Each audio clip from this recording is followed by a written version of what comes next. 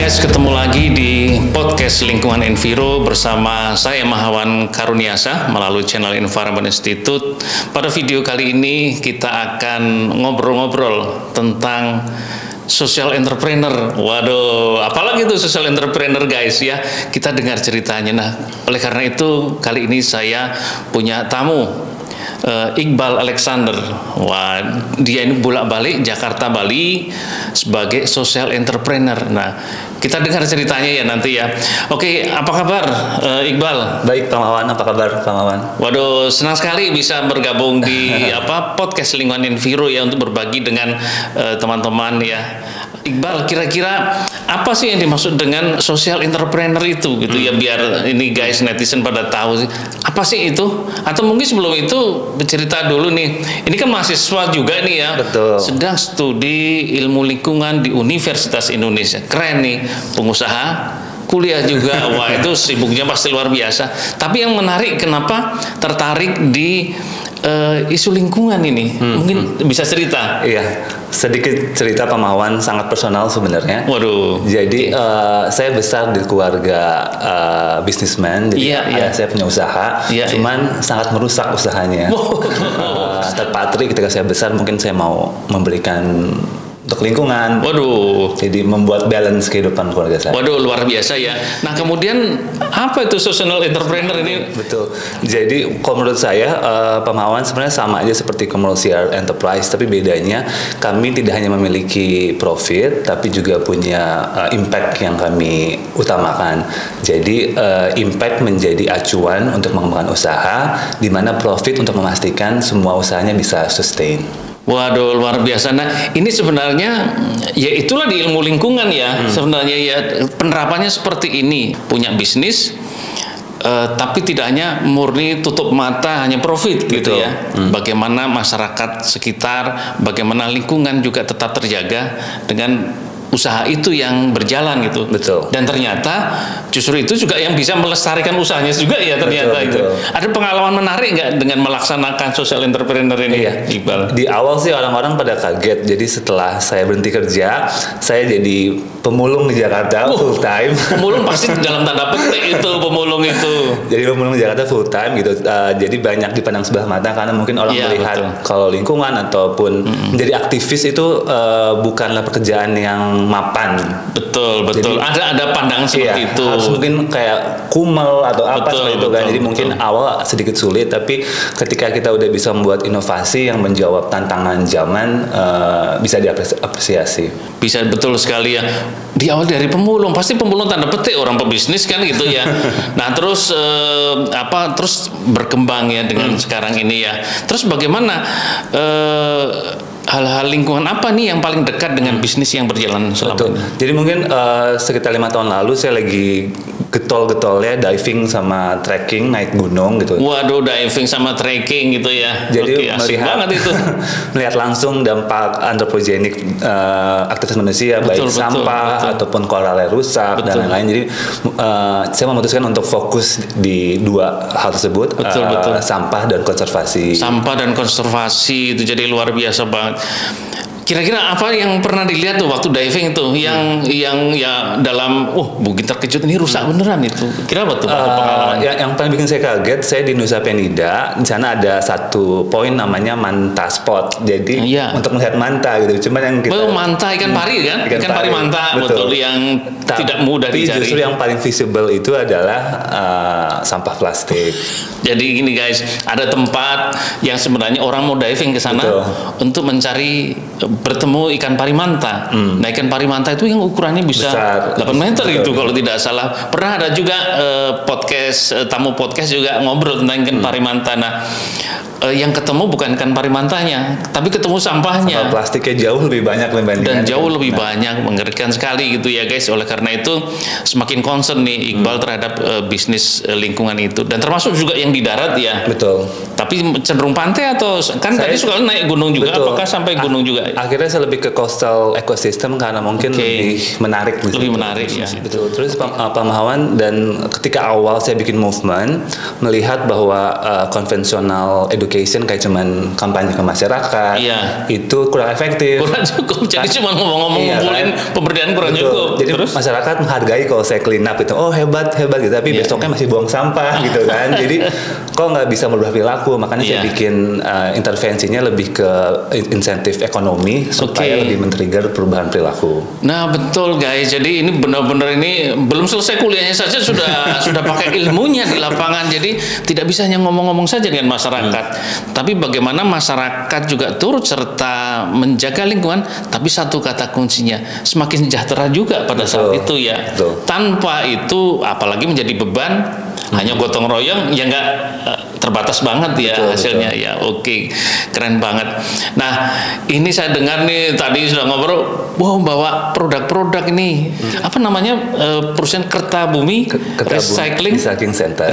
Recycling Center, keren banget ya, Kertabumi Recycling Center. Nanti kalau pas browsing tuh ada IG-nya tuh bisa lihat juga. Kemudian kalau pas ke Bali bisa kunjungi, boleh main. Juga bisa beli online juga ini ya kan. Oke. Nah produknya itu apakah hanya barang atau juga jasa juga di Kertabumi ini?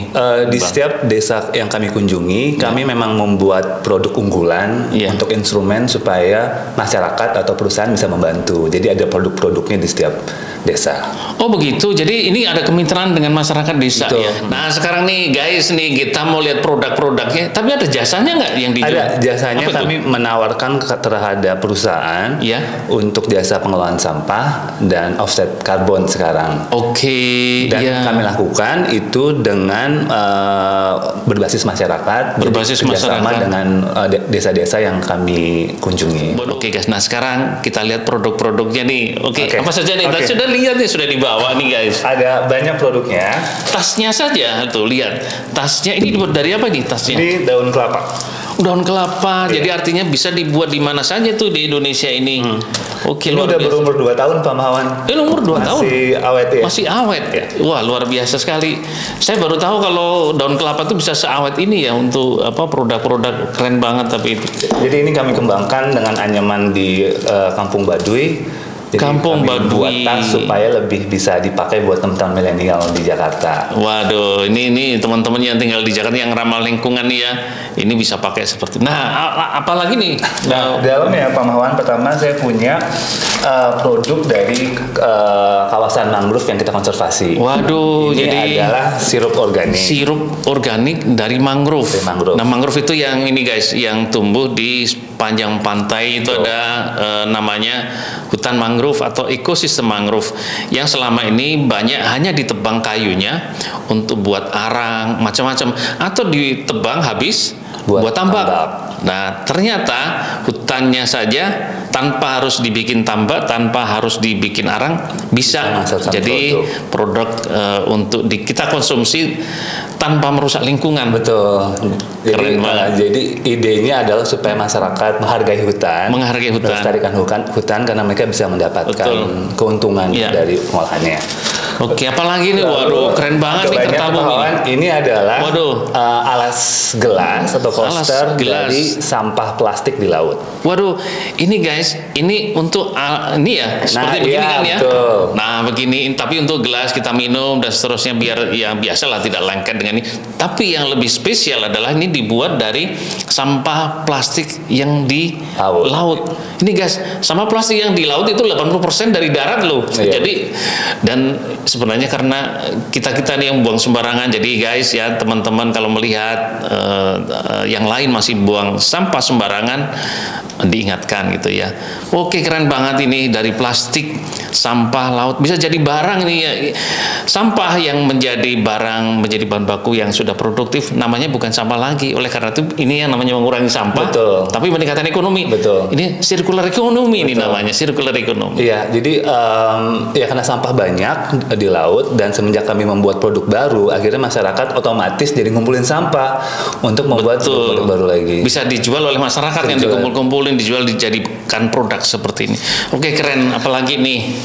Yang ketiga ini aksi kami untuk menjaga biodiversitas Indonesia. Kami membuat produk-produk skincare berbasis biodiversitas Indonesia. Waduh. Jadi setelah kami riset, banyak pohon atau tanaman yang sangat ajaib, itu sangat bernutrisi tapi kurang terekspos. Nah, jadi kami mau mengangkat lagi, itu adalah sabun dari kunyit putih. Waduh, sabun dari kunyit putih. Dan juga ada sabun dari kecombrang, bunga kecombrang. Waduh. Jadi akrab dengan ekosistem yang ada, kita menggunakan sumber sesuai dengan ekosistem di sekitar kita, bermanfaat untuk kita, punya nilai ekonomi. Ini kan benar-benar ilmu lingkungan banget ini ya.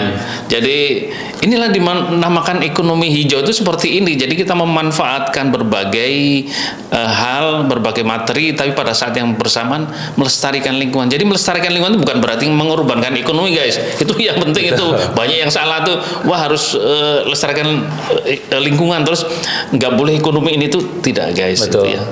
Tapi yang menarik Pak Mahawan, yang kami mau highlight di situ adalah bahwa masyarakat harus menghargai biodiversitas lokal apa yang ada. Jadi nggak perlu lihat bikin lavender atau pakai bunga ros, tapi kalau adanya kecombrang dipakai itu supaya bisa dilestarikan.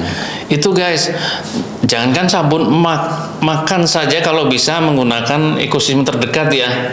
Ya kalau dekatnya sagu ya makan sagu aja, nggak usah buka-buka bikin sawah kan gitu ya. Nah ini juga sama, menggunakan materi dari ekosistem yang terdekat ya. Dan semuanya saya kira dari Aceh sampai Papua itu pasti punya materi-materi yang punya nilai untuk hal-hal seperti ini ya. Oke, keren banget nih, aromanya sedap ini, segar, asik. Oke, terus dan terakhir Pak Mahawan, sebenarnya ini adalah tema riset saya. Waduh, ini andalannya karena apa namanya, benar-benar dilakukan berdasarkan riset gitu. Jadi ya. Ini sebenarnya belum dikeluarkan, masih proses riset. Jadi saya mengidentifikasi sampah agrikultur terbesar di Indonesia, yaitu jerami padi. Waduh, jadi ini materinya jadi jerami padi. 90% dari 90%, guys. Jadi ini, guys, sekali lagi yang kita pikir selama ini jerami padi itu kalau petani di desa itu kan dibakar agar ini ya sekaligus memupuk gitu ya. Namun juga sering dibuang. Nah, ternyata manfaatnya luar biasa. Ini coba diceritakan lebih lanjut lagi dari jerami padi. Jadi jerami padi kami cacah dan kami cetak menjadi styrofoam biodegradable. Karena riset yang saya lakukan juga, sampah di laut di lokasi kami bereksperimen itu hampir 60% adalah sampah makanan kemasan sekali pakai. Wah, ini juga ini memang ya banyak ya kan kita kemasan-kemasan yang sekali pakai gitu ya. Terus dibuang. Nah, ini ternyata membuat kemasan yang ramah lingkungan. Betul, yang 100% kalau kita kompos atau dibuang ke air akan terurai secara alami. Waduh, ini guys, ini pertama dari sisi materinya dibuat dari jerami gitu ya. Yang kedua, dengan proses tertentu pada saat nanti selesai dipakai, ya sudah biasa, nah semua barang itu pasti ada umurnya. Ini tidak dipakai bisa terurai secara alami. Jadi ya kayak kulit pisang kayak inilah, kayak daun jatuh itu kan binatang itu kan nggak pernah nyampah, guys ya. Tumbuhan nggak pernah nyampah gitu ya. Jatuh daun bermanfaat. Nah ini sama juga ini. Jadi kalau manusia kita semua menggunakan ini tidak nyampah, karena kalau dibuang ini setara seperti daun pohon kayak kulit pisang, dan jadi terurai biasa seperti alam itu, guys. Jadi jangan pakai yang styrofoam, gantilah ganti yang seperti ini sekarang. Pakai styrofoam sudah tidak ramah lingkungan, tidak ramah juga bagi kesehatan kan ya. Apalagi yang panas itu ya. Dan juga Pak Mahawan, yang kami mau semua produk yang kami buat, orang membeli bukan karena iba atau kasihan, tapi karena memang produknya berfungsi selayaknya. Betul. Produk pada umumnya, jadi memang harus fungsionalnya dan kualitasnya. Jadi kami kembangkan itu supaya bisa compete di market.